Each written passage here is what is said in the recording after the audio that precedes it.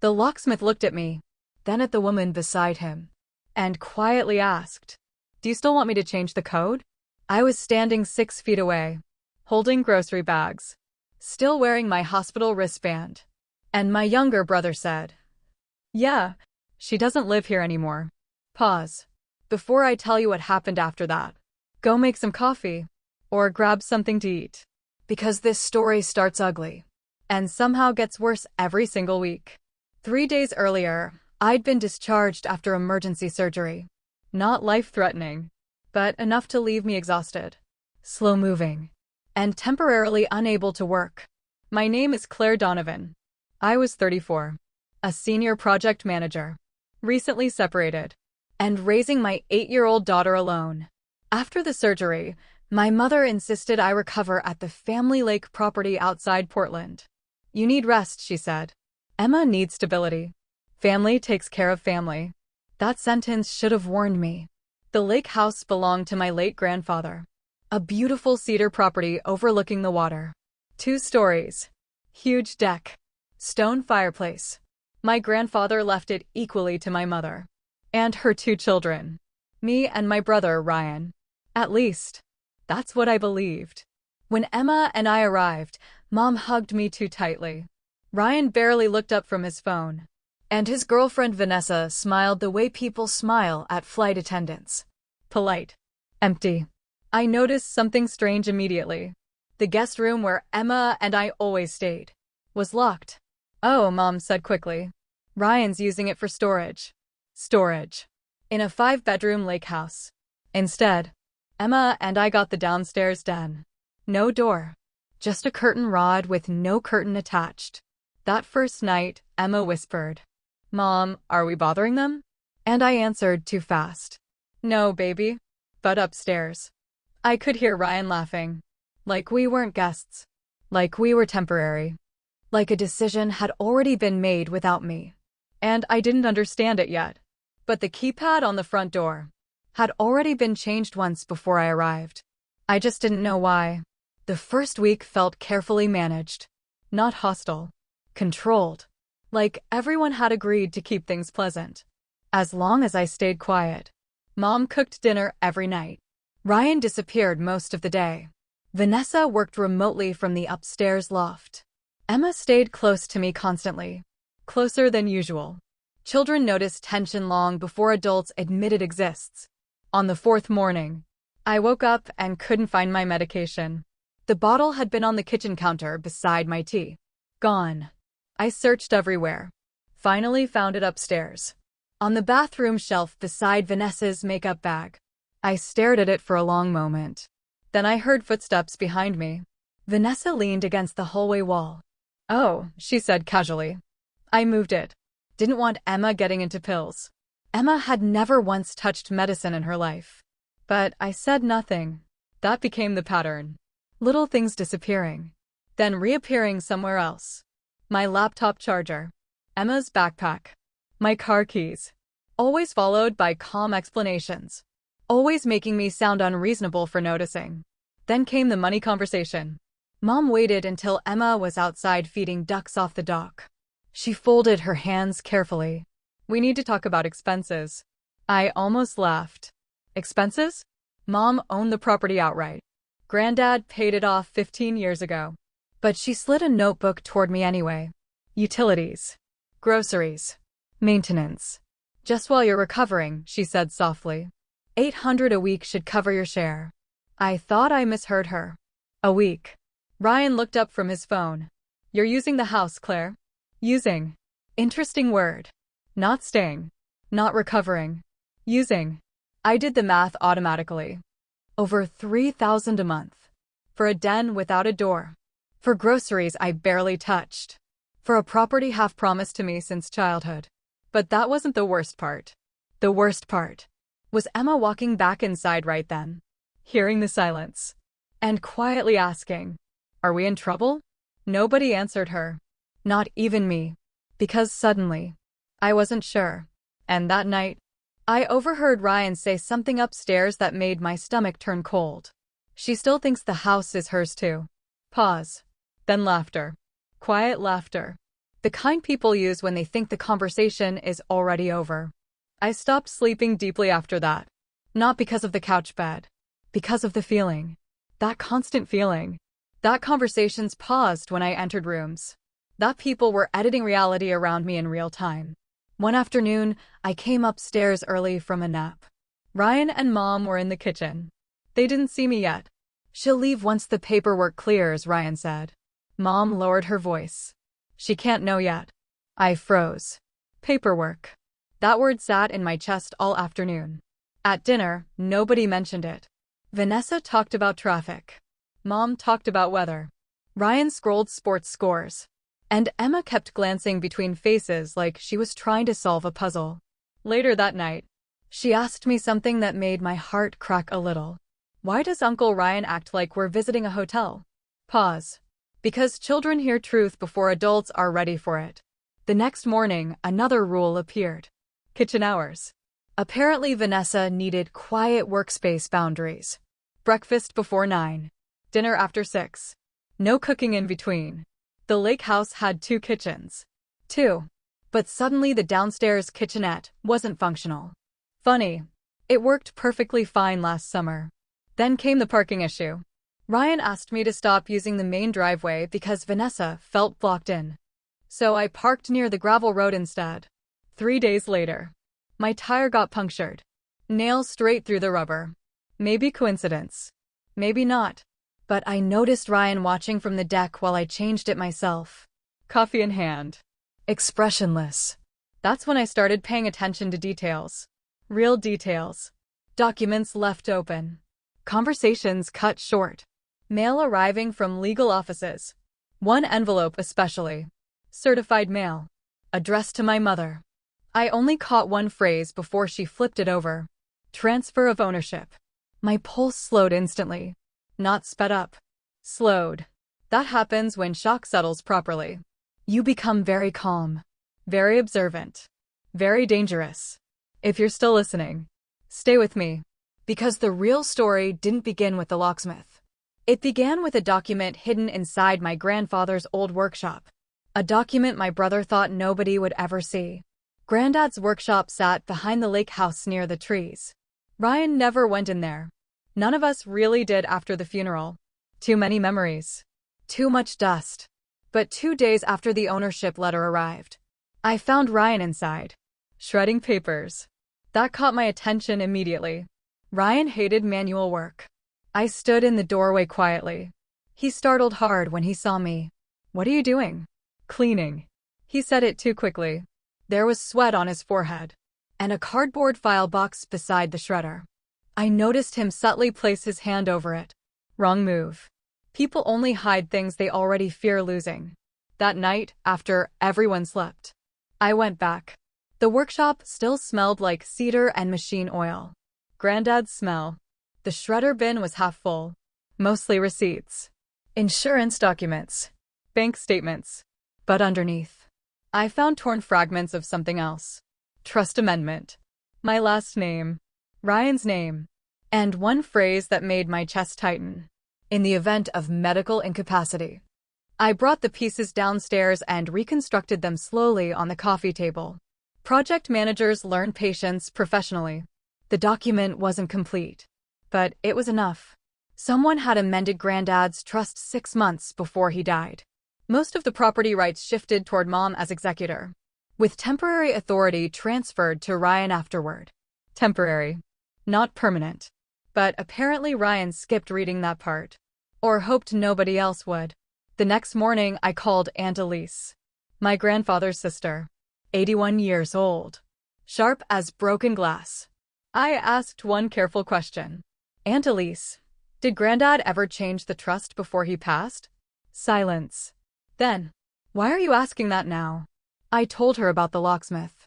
About the paperwork. About the tension in the house. She listened without interrupting once. Finally she sighed. "Claire, your grandfather called me crying 2 weeks before he died." My stomach dropped. He thought someone was pressuring him to sign things. I sat perfectly still.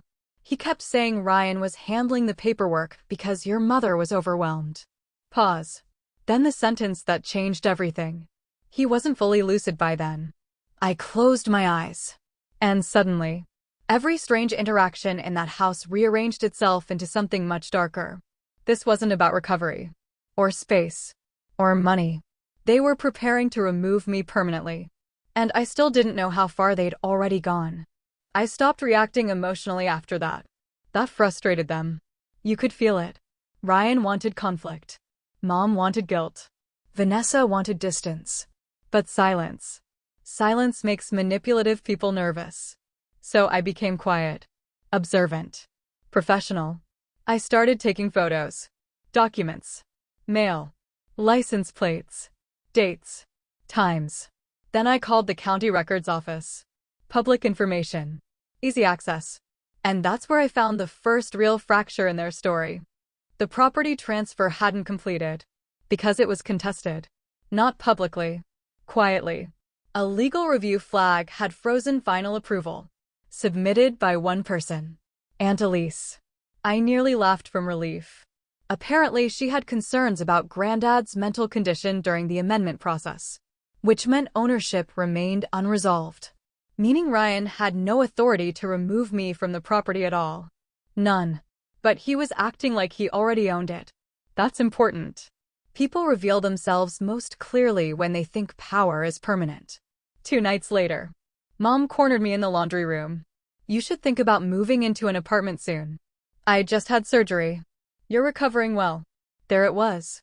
The push. Calm. Polite. Persistent. I looked directly at her. Are you trying to get rid of me? Her face changed instantly. Not anger. Fear. Tiny. Fast. Then gone. Don't be dramatic. Dramatic. Another interesting word. Not wrong. Not mistaken. Dramatic. That night, Emma climbed beside me on the couch bed. Mom? Yeah. If we leave, are they gonna keep the lake house? Children. Again. Straight to the center. I kissed her forehead. I don't know yet. And that was the truth.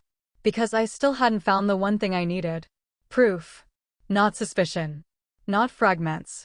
Something undeniable. I found it 48 hours later. Completely by accident. Inside Vanessa's printer tray. A document waiting to be scanned. Temporary occupancy termination notice. My name already typed at the top. And the move-out date was 3 days away. I read the notice 3 times. Not because it was complicated.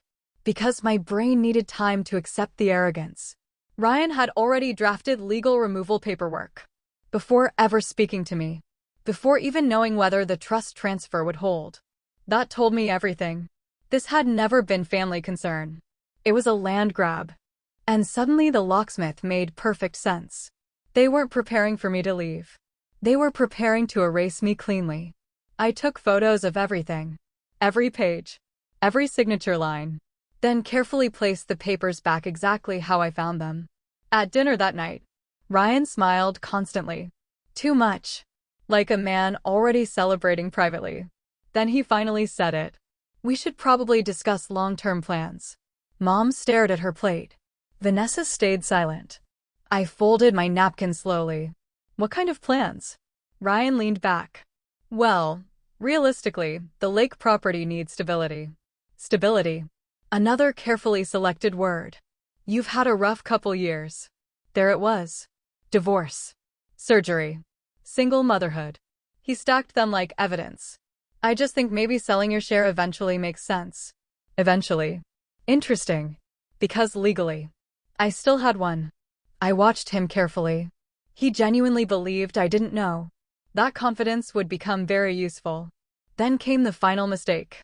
Ryan said. Granddad trusted me to manage things. No, he didn't. That sentence gave me something better than evidence. It gave me motive. That night, I called Aunt Elise again. This time I told her everything. Complete silence on the line. Then, I'm driving down tomorrow. Pause. If your mother and brother want a conversation about the trust. Her voice hardened. They can have it with me present.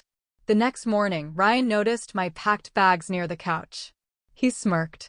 Giving up already? I looked at him calmly. No. And for the first time since I arrived, he looked uncertain.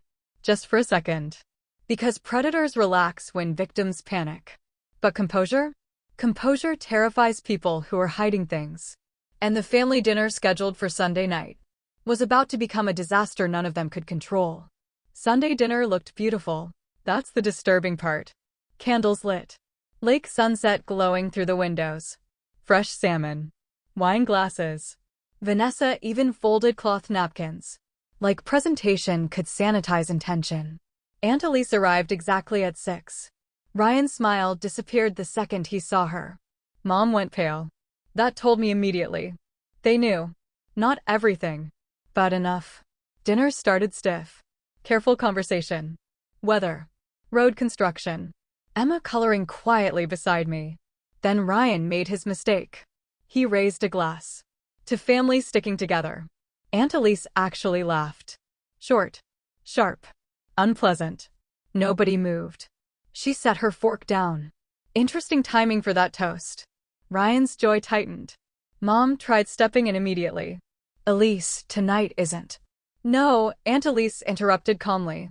Tonight is exactly the night. Silence swallowed the room whole. Then she turned to me. Claire, would you like to explain the eviction notice? Vanessa froze first. Then Ryan. Beautiful sequence. Tiny panic traveling around the table. What eviction notice? Mom whispered. I reached into my bag slowly. Placed the printed copy beside the wine bottle. Nobody touched it. Ryan stared at me. You went through our things? There it was. Not denial. Not confusion. Fear. I answered quietly. You prepared legal removal documents for property you don't legally own. Mom grabbed the paper with shaking hands. Ryan started talking fast. It was precautionary. For what? Aunt Elise snapped. For your sister recovering from surgery? For your niece sleeping downstairs? For protecting the inheritance you pressured a dying man to sign over? Dead silence. Ryan stood abruptly. That's not what happened. Aunt Elise leaned forward. Then explain why the trust amendment is under legal review. That landed hard. Vanessa looked at Ryan immediately. Not supportive. Suspicious. That mattered. A lot. Because manipulative people survive through united fronts. And his front was starting to crack. If you're still here, don't leave now. Because the next 10 minutes destroyed relationships that had survived for decades. And nobody at that table walked away unchanged. Ryan unraveled slowly. Not explosively. That's what made it uncomfortable. You could actually watch the control leave him piece by piece. First came defensiveness. Then blame. Then desperation. He started pacing beside the fireplace. You don't understand how much pressure I was under. Pressure. Interesting. He said Granddad wanted structure. Said Mom was overwhelmed after the funeral. Said I was unstable after my divorce. Every sentence carefully positioned to sound reasonable. Until Aunt Elise asked one simple question. Did Claire know you were preparing eviction papers? Ryan stopped speaking. That silence answered everything. Mom finally broke. Not dramatically. Quietly. Like someone collapsing inward. I told him not to rush it. Rush it. Not deny it. Not stop it. Rush it. Emma looked up from her coloring book right then. And softly asked the worst question in the room. Were you trying to take Grandpa's house away from my mom? Nobody answered her. Because children do that sometimes. They strip adult manipulation down to one clean sentence. Vanessa stood next. Grabbed her purse. Looked directly at Ryan. You told me Claire agreed to leave. He didn't answer quickly enough. And that hesitation cost him everything. She walked out without another word. Door slammed. Lake silence afterward. Cold. Heavy. Final. Then Aunt Elise placed a folder onto the table. Official court notice. Formal investigation into the trust amendment process. Apparently Granddad's attorney had concerns too. Ryan hadn't known. You could see it on his face instantly. For months, he'd been behaving like ownership was inevitable. But now? Now he looked terrified. Mom started crying quietly. Real crying this time. No performance left. And strangely, that was the moment I finally stopped being angry. Because suddenly they both looked small. Not powerful. Just scared people who convinced themselves entitlement was survival. I stood slowly. Took Emma's hand. and looked at my mother one last time. You could have just asked for help. She covered her face immediately. No defense. No argument. Nothing. The locksmith came back 2 days later. Not to lock me out. To restore my access code. Court order. Temporary shared access until the trust review finished. Ryan moved into an apartment 3 months later. Vanessa never came back. And the lake house? It still stands exactly where it always did. Quiet. Cold in the mornings. Beautiful at sunset. But I learned something there. People rarely steal all at once. Usually. They do it slowly. One conversation. One signature. One locked door at a time. And by the time you notice, they've already started acting like your silence belongs to them too.